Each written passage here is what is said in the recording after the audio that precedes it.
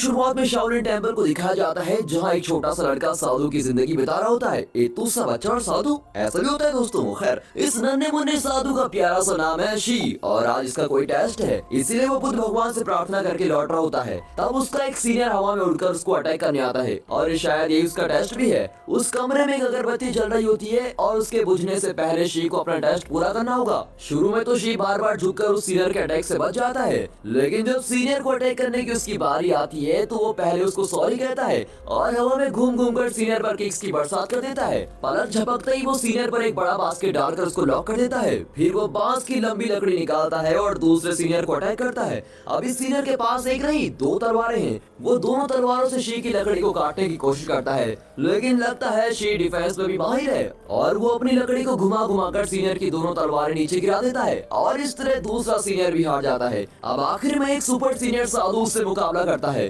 वो एक सीप फेंकता है जो दीवार से टकराकर वहाँ के आईने को घुमा देता है। सूरज की रोशनी इस आईने में लगकर सीधे शी की आंखों में लगती है और उसे जलन भी होती है, लेकिन उसे भी सहन करके वो छड़ी लेकर भागता है। तभी सुपर सीनियर एक छलांग मारकर शी को उठाकर फेंकता है। शी सुपर सीनियर से भी हार नहीं मानता। सुनिए सुपर सीनियर जी, मुझे आपका टकला सर बहुत पसंद आया। ये कहकर शी उसे डाइवर्ट करता है और उसकी छाती पर एक तगड़ा किक मारता है और फोर्स के कारण वो पिलर पर जाकर टकराता है और ठीक उसी वक्त अगरबत्ती बुझ जाती है और इस तरह शी इस टेस्ट में पास हो जाता है और इसी खुशी के साथ वो सर उठाकर बाहर चला आता है। इस टेस्ट में उसको 88% मार्क्स मिले थे। उसके मार्क्स देखकर गुरुजी कहते हैं कि और 2 मार्क्स ले आते तो कितना अच्छा होता। उस जमाने में तो मेरे 90% मार्क्स आए थे। अब दरअसल 3 साल की उम्र में शी के माता पिता उसको छोड़कर यहाँ गए थे और 4 साल से शी यहीं पर पल रहा है। फिर उसके गुरुजी उसको आगे पढ़ाई के लिए दूसरे शहर भेजते हैं और साथ ही उसे एक रिकमेंडेशन लेटर भी देते हैं। शी बहुत ही खुशी से लेटर ले लेता है और भागकर बस में चढ़ जाता है। अब शी शहर जाने वाला है। अगले शॉट में 15 साल के लड़के को दिखाते हैं जिसका नाम लिन है। ये स्कूल के टेक्वांडो क्लब का चीफ है और टेक्वांडो फाइट में बिल्कुल एक्सपर्ट भी है। नाम सुनकर घबराइए मत, टेक्वांडो भी कराटे जैसा एक मार्शल आर्ट है।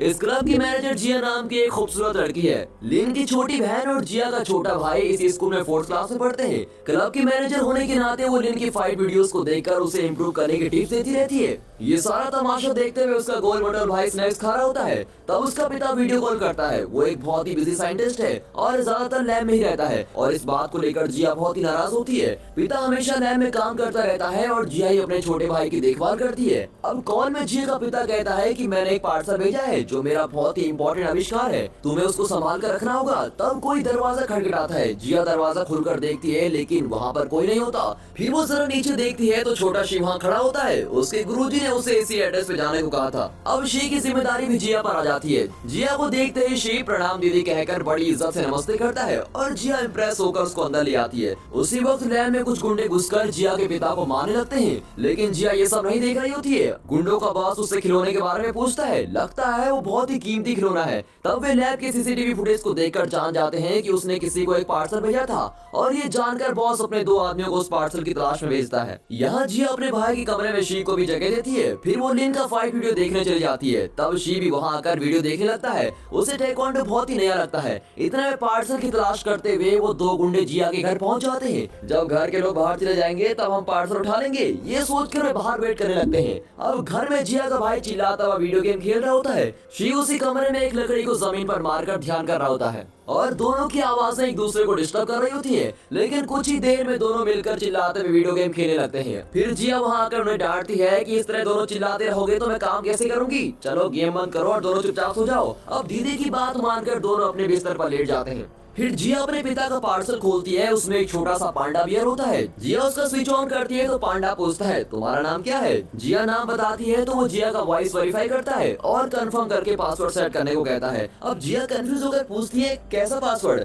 लेकिन पांडा इसे ही पासवर्ड समझकर सेट कर देता है। जिया के पिता ने एलेक्सा जैसी एक एडवांस टेक्नोलॉजी इसमें सेट की होती है जो सिर्फ जिया की आवाज से चल सकती है। अब इतना ही नहीं, उसके पिता ने पांडा में जिया की माँ की आवाज सेट की होती है। जिया की माँ कुछ साल पहले गुजर गई थी। पांडा को माँ की आवाज से बोलते देख जिया बहुत ही खुश हो जाती है और कहती है मॉम आई मिस यू। पांडा से जवाब आता है आई मिस यू टू जिया। अगली सुबह जिया दोनों बच्चों को तैयार करके स्कूल लेके जाती है। तब गुंडे उन्हें बाइनोकुलर से देख रहे होते हैं। पांडा बियर्ड जिया के बैग से कीचेन की तरह लटक रहा होता है। तब दोनों में से एक बेवकूफ गुंडा पांडा को चुराने जाता है। स्कूल के रास्ते में ये तीनों लिन और उसकी बहन से मिलते हैं। लिन जिया को लंच बैग देता है और बदले में जिया उसको फाइटिंग के टिप्स देती है कि तुम्हें इस तरह डिफेंस करना चाहिए, ऐसे मूव करने चाहिए वगैरह वगैरह। अब सच तो यह है कि जिया को लिन पर पर क्रश है और बड़े प्यार से उससे बातें करती है। फिर वो शी को उससे इंट्रोड्यूस करवाती है। तब वो गुंडा धीरे से आकर पांडा को चुरा ले जाता है, लेकिन शी उसको देख लेता है और लगातार कई समरसॉट्स करके उसको मार गिराता है। और ये देखकर लिन को शी के अंदर का फाइटर नजर आता है। फिर वो उस गुंडे को एक तगड़ा किक मारता है और पीछे से शी उस पर अटैक करता है। अब इस तरह दोनों तरफ से मार खाकर वो बेवकूफ नीचे गिर जाता है। डर के मारे वो लिन को पांडा तो दे देता है, लेकिन चालाकी से उसे खींचकर भाग जाता है। अब शी और लिन उसको चेस करते हैं और बिल्डिंग पर जंप करके दोनों तरफ से लॉक कर देते हैं। अब इनसे बचने के लिए वो नीचे कूद जाता है और जिया उसे कचरे के ड्रम में फेंक देती है। जिया का भाई उससे पांडा छीन लेता है और ड्रम को सड़क पर लुढ़का देता है। गुंडा इन लोगों से कहता है कि पूरा परिवार लड़ाकों से भरा हुआ है, तो हम गुंडे अपना धंधा बंद कर दें क्या? और ये कहकर वो भाग जाता है। अब अपना पांडा वापस लेकर जिया बहुत ही खुश हो जाती है। अब शी अपनी क्लास में जाता है और टीचर स्टूडेंट से कहती है कि ये शी है और ये मामूली स्टूडेंट नहीं है, बल्कि शाओलिन टेम्पल का एक साधु है। और ये जानकर स्टूडेंट उससे सवाल करने लगते हैं कि क्या तुम बॉक्सिंग जानते हो या फिर कुंफू जानते हो, क्या तुम भविष्य में शादी करोगे? ऐसे ऐसे सवाल करके उसको कंफ्यूज कर देते हैं। उसी शाम को पीटी पीरियड में शी स्कूल ग्राउंड में होता है। अब इस स्कूल में हर साल बच्चों का फिजिकल फिटनेस चेक किया जाता है। जो इसमें पास होगा वही दूसरा एग्जाम दे पाएगा। अब यहाँ पॉज करके सोचिए कि क्या हमारी एजुकेशन सिस्टम भी ऐसी होनी चाहिए? स्कूल में सिर्फ पढ़ाई और मार्क्स पर फोकस करने के बजाय अगर बच्चों की शारीरिक और मानसिक सेहत पर ज्यादा ध्यान दिया जाए तो वे अपनी पूरी काबिलियत के अनुसार अच्छा परफॉर्म कर सकते हैं। क्या अभी ऐसा मानते हो? अपना ओपिनियन कमेंट्स में हमारे साथ जरूर शेयर कीजिए। अब कहानी में आगे बढ़ते हैं। यहाँ पीटी पीरियड में भी जिया का भाई मुंह में स्नैक्स दबा रहा होता है। सबसे पहले रनिंग रेस होती है। इससे पहले कि दूसरे बच्चे आधा डिस्टेंस कवर कर पाते हैं, अपना शी पूरा फील्ड कवर कर देता है। फिर पुशअप्स की बारी आती है, जिसमें सभी दोनों हाथों से पुशअप कर रहे होते हैं, लेकिन शी एक ही हाथ से और वो भी उल्टा खड़ा होकर सारे पुशअप्स आसानी से कर लेता है। और ये देखकर लिन की बहन बहुत ही इंप्रेस हो जाती है। फिर हडल्स रेस होती है और शी को कॉपी करके जिया का भाई भी हडल के ऊपर से छलांग मारता है और धड़ करके नीचे गिरता है। दूसरी ओर गुंडों के बॉस ने साइंटिस्ट को बांध कर रखा होता है। जब तक मुझे पांडा नहीं मिलेगा मैं तुम्हें नहीं छोड़ूंगा, ये कहकर वो साइंटिस्ट को धमका रहा होता है। लेकिन उसके बेवकूफ आदमी पांडा को ढूंढने के बजाय रोज नया बहाना ढूंढ रहे थे। यहाँ स्कूल में शी जिया के भाई से कहता है मैं तुम्हें रोज ट्रेनिंग दूंगा और तुम आसानी से फिजिकल फिटनेस टेस्ट को पास कर सकोगे। यूं ही बातें करते हुए वे स्कूल स्टेडियम की ओर जाते हैं। वहाँ लिन प्रैक्टिस कर रहा होता है और शी का बड़ा मन करता है कि वो भी लिन के साथ फाइट करे। उस रात वो दोनों गुंडे फिर अपनी कार में जिया के घर के बाहर वेट कर रहे होते हैं। एक आदमी पिछले दिन बच्चों से पिट चुका था और बैंडेज लिपट कर बैठा होता है। अब दूसरा गुंडा घर में घुसने की कोशिश करता है, लेकिन बाहर की काटली झाड़ियों में गिरकर घायल हाथ में लौट जाता है। घर में शी ली का फाइटिंग मेथड प्रैक्टिस कर रहा होता है। तभी दोनों जोकर गुंडे अंदर आते हैं। उन्हें आते देख शी छुप जाता है और चीजें उधर उधर फेंक कर उनको कंफ्यूज करता है। फिर बाहर निकालकर उनके मुंह और पेट पर बारंबार किक करता है। आवाज सुनकर जिया नीचे आती है और दोनों गुंडे वहाँ पड़ा हुआ कोई पुराना पांडा उठाकर भाग जाते हैं। अब जिया के आते ही शी कहता है दीदी यहाँ वो चोर आए थे, लेकिन मैंने अकेले उन्हें मारकर भगा दिया। अब जिया उसकी बात को मजाक समझकर कहती है बहुत कहानी हो चुकी है, चल अब सो जा। और ये कहकर वो ऊपर चली जाती है। यहाँ गुंडों का बॉस टेंशन में होता है क्योंकि ये दोनों गधे जो खिलौना लाए थे वो बिल्कुल नकली था। वो साइंटिस्ट का बनाया हुआ पांडा नहीं था, वो मार्केट का कोई सस्ता सा पांडा था। और बॉस गुस्से में अपने आदमियों को लिटाकर उनके मुंह में गोल्फ बॉल डाल देता है और कहता है कि अगर 3 दिन में मुझे वो ओरिजिनल पांडा नहीं मिला तो मैं गोल्फ स्टिक से तुम दोनों का मुंह तोड़ दूंगा। अब दोनों आदमी फिर से पांडा को ढूंढने निकलते हैं। अगले दिन शाम को शी स्कूल यूनिफॉर्म पहनकर स्टेडियम में बैठा होता है। तब ली की बहन कहती है यार मुझे बड़े होने से बहुत डर लगता है, बड़ी होकर मैं भी उस दीदी की तरह बदसूरत हो गई तो। अब ये कहते हुए वो 2 लड़कियों की तरफ इशारा करती है। सच में वे दोनों वही गुंडे हैं जो पांडा चुराने की कोशिश कर रहे थे। शी भी उन्हें पहचान नहीं पाता। सभी लोग लिन की फाइटिंग एंजॉय कर रहे होते हैं। लिन की बहन बहुत ही शो ऑफ करती है कि मेरे भाई को कोई नहीं हरा सकता, अगर किसी में हिम्मत है तो वो उससे लड़कर दिखाए। फिर वो शी को चैलेंज करती है कि तुम तो कुंफू में माहिर हो ना, मेरे भाई से लड़ोगे। और लिन भी चैलेंज के लिए फाइट देखने के लिए आगे आते हैं। लेकिन लड़कियों के भेष में लास्ट रो में बैठे हुए गुंडे जिया के बैग को घूर रहे होते हैं और इसी बीच शी और लिन के बीच शानदार लड़ाई चल रही होती है। तब दोनों गुंडे पांडा को बैग से अलग करने की कोशिश करते हैं और शी और लिन फाइटिंग में एकदम बराबर के खिलाड़ी होते हैं और मैदान में दोनों अपनी काबिलियत दिखा रहे होते हैं। इस वजह से हार और जीत के बजाय मैच ड्रॉ हो जाता है। तब संयोग से जी का भाई उन गुंडों को देख लेता है और जोर से चिल्लाता है और दोनों गुंडे अपनी बीक उतार कर पांडा को लेकर वहाँ से भाग जाते हैं। वहाँ के सारे बच्चे उन दोनों का पीछा करते हैं और पूरा स्टेडियम तहस नहस हो जाता है। एन वक्त पर पीटी सर वहाँ आकर सबको डांटने लगता है और उसी गैप में वो दोनों गुंडे भाग जाते हैं। अगले दिन पीटी सर की मदद लेकर जिया उन गुंडों पर पुलिस कंप्लेंट दर्ज करवाती है कि उन लोगों ने उसका कीमती खिलौना चुरा दिया है। अब शी की क्लास टीचर उससे कहती है देखो बेटा, माना कि तुम कुंफू जानते हो, लेकिन इसका मतलब ये नहीं कि तुम हमेशा लड़ाई करते रहो। और टीचर की ऐसी वार्निंग को सुनकर शी जरा गिल्टी फील करने लगता है और सोचता है कि अगर मैंने उस वक्त लड़ाई पढ़ाई नहीं की होती तो पांडा कहीं नहीं जाता। इस तरह वो मायूस होकर क्लास की बेंचेस के पीछे जाकर बैठ जाता है। तब उसके साथी उसको दिलासा देते हैं। जिया कहती है, शी तुम फिक्र मत करो, हम सब मिलकर उस पांडा को ढूंढ निकालेंगे। तब जाकर बेचारा शी का चेहरा थोड़ा खिल जाता है और वो अपने चारों साथियों के साथ मिलकर स्टेडियम को साफ करने लगता है। अब इसी बीच गुंडों का गैंग अपना दूसरा प्लान तैयार करता है। यहाँ लिन शी को टाइकोंडो आर्ट सिखाने लगता है और उसी वक्त वहाँ गुंडों का बॉस पांडा से पेन ड्राइव बाहर निकालता है। फिर उस पेन ड्राइव का एक सॉफ्टवेयर अपने कंप्यूटर में कॉपी करता है और इसे एक सॉफ्टवेयर की कीमत लगभग 100 करोड़ होती है। सॉफ्टवेयर 100% डाउनलोड हो जाता है, लेकिन अब पासवर्ड के बिना उसको खोल नहीं पाता और रात भर अपना सर पटक पटक कर गुंडे हर तरह के पासवर्ड टेस्ट करते हैं, लेकिन उनको करेक्ट पासवर्ड नहीं मिलता।